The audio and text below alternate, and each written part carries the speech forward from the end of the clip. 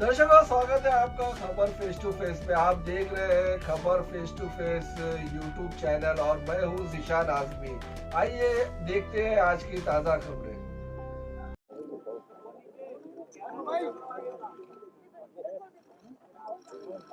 नमस्कार।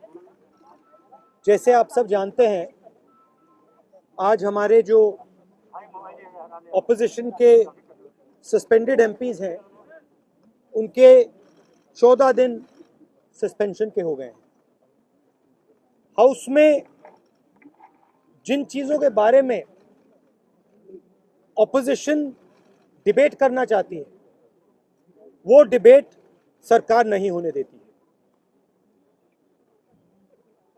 और जहां भी ऑपोजिशन अपनी आवाज उठाने की कोशिश करती है तो धमकाकर, डराकर उनको सस्पेंड करके सरकार काम करती है। ये लोकतंत्र की हत्या है।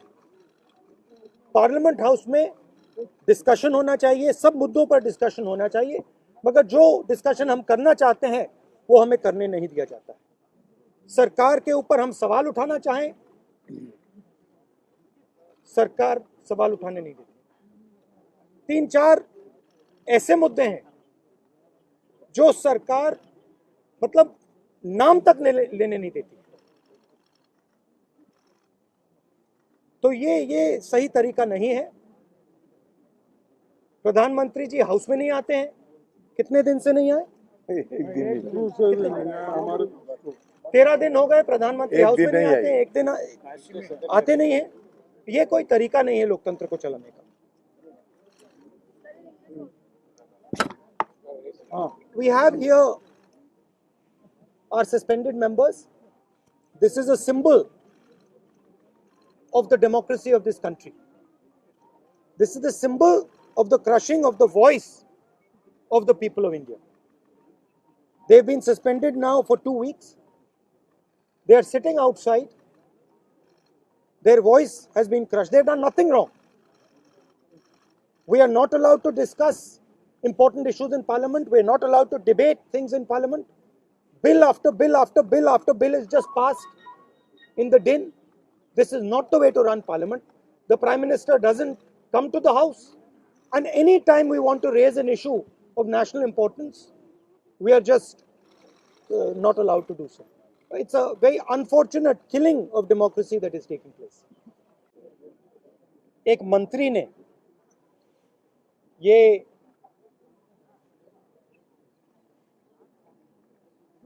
मंत्री ने किसानों को मारने का काम किया।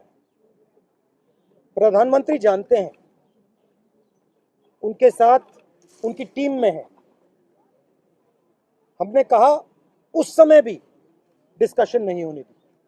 जैसे इनको चुप किया है, वैसे ही उस समय भी हम सबको चुप किया था। हम यहां भी आए थे।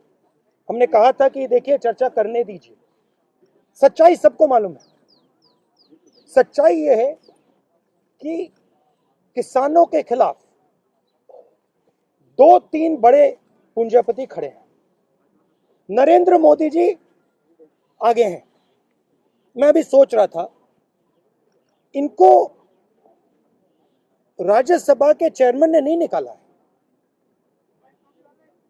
इनको प्रधानमंत्री ने भी नहीं निकाला है, इनको उस शक्ति ने निकाला है जो किसान की कमाई और किसान की आमदनी चोरी करना चाहती है।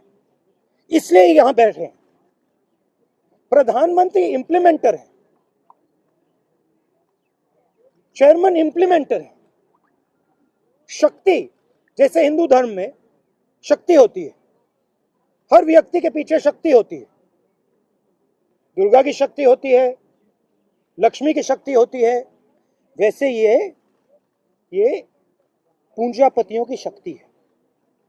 वो मुखौटा है। आप प्रधानमंत्री को देखते हैं, कल आपने देखा गंगा जी में जाके स्नान किया। वो शक्ति का इंप्लीमेंटर है। और सिंपल सी बात है, ये शक्तियां जिन्होंने इनको निकाला, जो किसान की आमदनी चोरी करना चाहती हैं, वो प्रधानमंत्री को ये जो सारे कैमरा हैं, ये जो मीडिया है, ये उनके हवाले करती है, ये उनको देती है। ये शक्ति कहती है देखिए मीडिया में किसी और का चेहरा नहीं आएगा, किसी और नेता का चेहरा नहीं आएगा, बस आपका चेहरा आएगा। गंगा में कोई भी स्नान कर दे,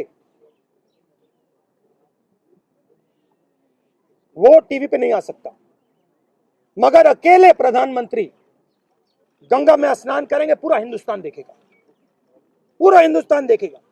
क्योंकि प्रधानमंत्री के पीछे पूंजापतियों की 2-3 शक्ति है, और उन्होंने इन कैमराओं को कैप्चर कर रखा है, और उन्होंने इन लोगों को, जो जनता की आवाज है, उनको पार्लियामेंट से बाहर निकालकर गांधी स्टैचू के पास बैठा दिया। यह सच्चाई है, और देश को और किसानों को यह सच्चाई पहचाननी पड़ेगी।